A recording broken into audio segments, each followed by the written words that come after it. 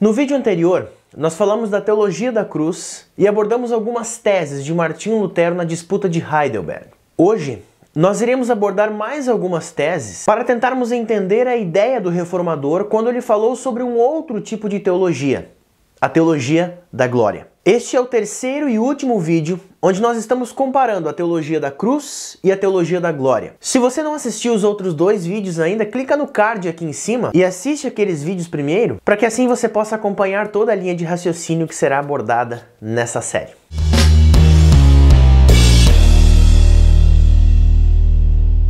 Olá, eu sou o pastor Lucas Prando, seja bem-vindo ao canal Instante com a Palavra e hoje nós vamos falar sobre a teologia da glória. Na 21ª tese apresentada por Lutero na disputa de Heidelberg, ele escreve o seguinte: o teólogo da glória afirma ser bom o que é mal e mal o que é bom.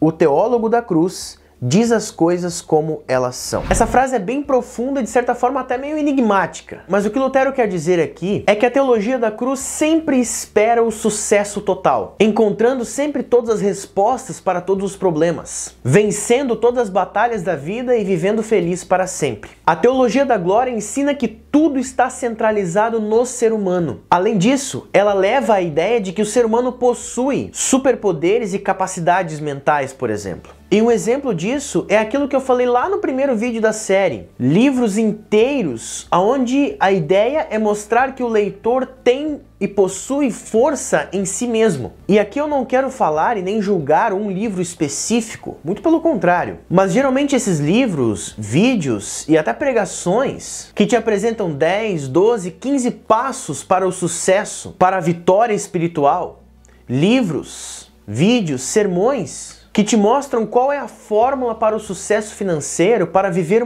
numa família perfeita, viver numa vida plenamente feliz, se você seguir esses passos que eles anunciam. E seguir esses passos simplesmente faria com que os problemas financeiros evaporassem, não existiriam mais problemas e dificuldades na nossa nação, a igreja iria crescer e todas as pessoas viveriam felizes para sempre. A teologia da glória tem tudo a ver com a minha força, o meu poder, as minhas obras. O teólogo da glória, ele sempre espera que a sua igreja seja perfeita, que ela sempre cresça, que ela sempre seja próspera. Se um teólogo da glória fica doente, por exemplo, ele espera que Deus vá diretamente a ele e o dê a cura. Esse entendimento da cura de Deus foi resumido em uma frase por uma pessoa muito influente alguns dias atrás. Essa pessoa disse assim: a cura vem de Deus e não da ciência. Esse é um entendimento claro de um teólogo da glória, que espera a resposta imediata e gloriosa de Deus no caso de ele contrair uma dificuldade, uma doença ou alguma coisa parecida com isso. Mas para nós entendermos bem o posicionamento firme de Martinho Lutero no século XVI, nós precisamos olhar um pouco para a história. Lutero se mostrava indignado especialmente por causa da venda das indulgências, que, para quem não sabe,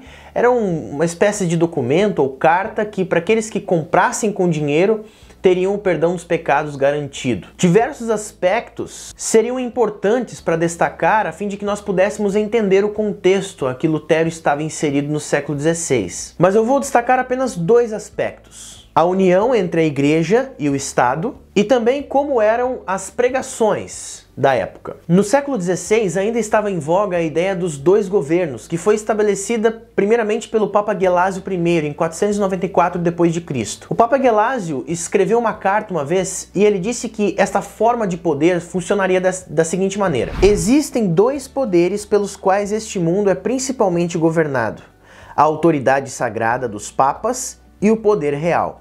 Destes, o poder sacerdotal é muito mais importante, porque tem de prestar contas acerca dos próprios reis humanos diante do tribunal divino. Ou seja, no período pré-reforma, a igreja, a religião e o Estado, a política, estavam unidos num só tema. E é por isso, por exemplo, que era Deus que dava sentido a todas as coisas. Era Deus que dava sentido e propósito para todas as coisas que existiam no mundo. Se alguém era colocado como rei ou imperador, era porque Deus queria desta forma, porque essa era a vontade divina. Na verdade, todos os acontecimentos que tinham na época da vida das pessoas, e especialmente também as decisões dos governantes e das decisões políticas da época, eram vistas a partir dessa perspectiva de que tudo era feito a a partir da vontade de Deus. E esse contexto da união entre igreja e Estado acabou se infiltrando nos pregadores da época. Eu citei o artigo do Dr. John Pless no vídeo passado e eu vou me valer dele nesse vídeo mais uma vez.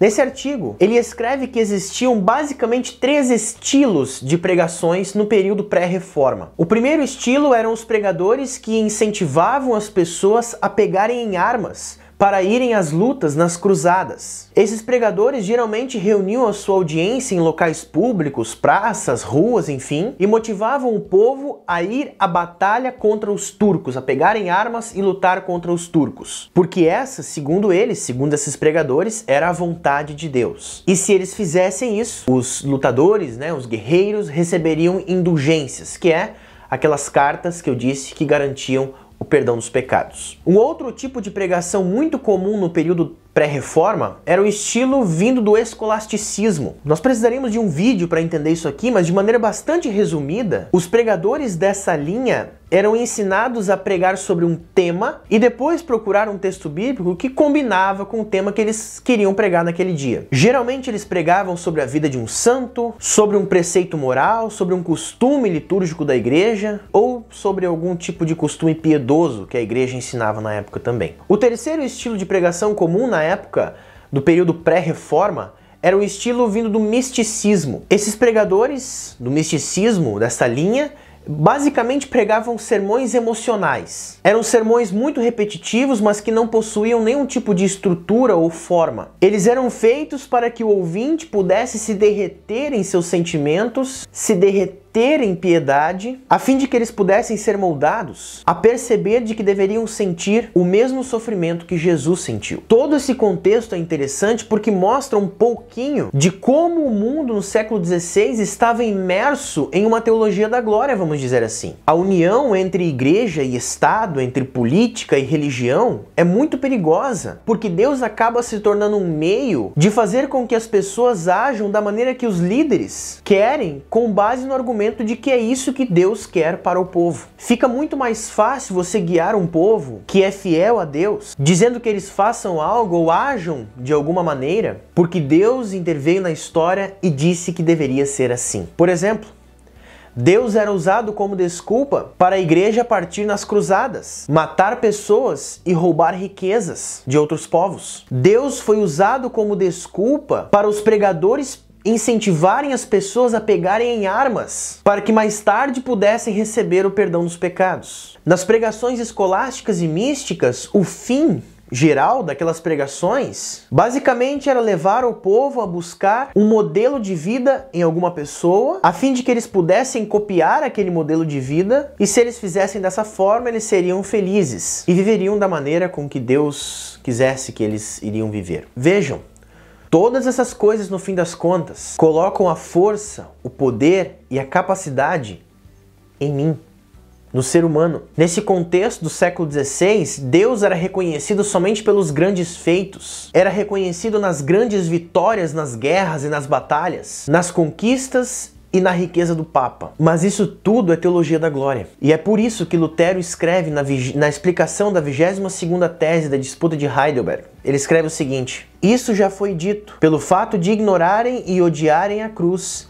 eles necessariamente amam o contrário, ou seja, a sabedoria, a glória, o poder, etc. O teólogo da glória espera Deus sempre se revelar na vitória, nas riquezas e nas coisas grandiosas. O teólogo da glória vê que sua vida pode ser melhor se, com o seu esforço, ele copiar a maneira como alguém viveu. E dessa forma ele pode alcançar vantagens ou méritos diante de Deus. E isso é fazer exatamente o que Lutero escreve na tese 21. É afirmar ser bom o que é mal e mal o que é bom. Na teologia da glória, o cristão ganha o status de uma entidade intocável. Ele não pode ter dificuldades, ele não pode ter problemas financeiros, ele não pode ter problemas na família. A sua vida é perfeita, a sua igreja é perfeita e próspera. Deus se revela a ele nos milagres maravilhosos e nas vitórias de sua vida. Mas a pergunta que eu faço para você que está acompanhando esse vídeo agora é a seguinte: esse é um ensinamento sincero? É realmente possível alcançar uma vida perfeita se esforçando ao máximo por isso? É realmente possível ser plenamente feliz, não ter dificuldade nenhuma,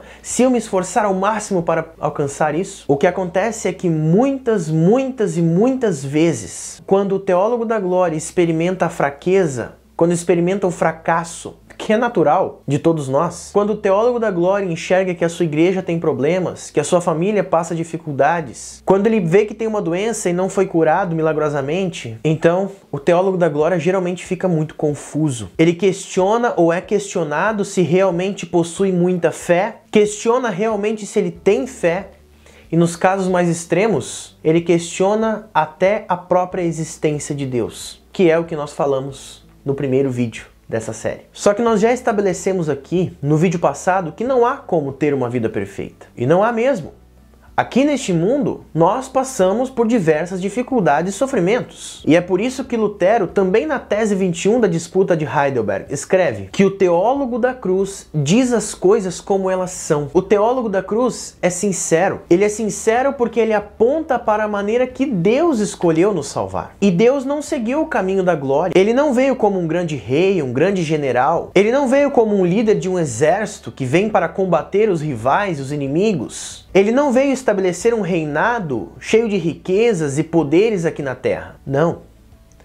Ele veio como um bebê, deitado em um coxo de animais. E ele nos salva pela fraqueza e pela vergonha que é morrer numa cruz. Mas nós não podemos ser desonestos. Estes 3 vídeos que eu fiz aqui, a intenção não era criticar ninguém especificamente. Não foi apontar o dedo para alguém. É que de fato, se nós formos realmente honestos, a maioria de nós, se não todos nós, sentimos ou sentiremos a tentação de sermos teólogos da glória. E isso não é nem um pouco surpreendente, dado o fato de que sermos teólogos da glória é a posição natural do ser humano pecador. Por isso, a maneira de nós deixarmos de sermos teólogos da glória para sermos teólogos da cruz não é nada fácil. Não é simplesmente assistir esses vídeos, não é simplesmente ler livros e dominar técnicas. É arrependimento. É fazer aquilo que Lutero escreve na explicação da 22ª tese. É tornar-se tolo procurando a tolice. Tornar-se tolo é reconhecer a manifestação de Deus na simplicidade da cruz. E assim nós chegamos ao final dessa série de vídeos sobre a teologia da cruz e a teologia da glória. Eu espero que tenha contribuído pelo menos um pouco no seu conhecimento a respeito desse assunto. E eu me coloco à disposição para nós continuarmos conversando sobre este tema, de repente nos comentários ou lá no meu Instagram, nas minhas redes sociais. Não se esqueça, continue aproveitando os conteúdos aqui do canal, tem muitos vídeos legais que estão para sair, por isso se inscreve aqui no canal, ativa a notificação, dê like no vídeo, continue acompanhando, compartilhando para mais e mais pessoas. Desejo a todos vocês as mais ricas bênçãos de Deus e até a próxima. Tchau, tchau!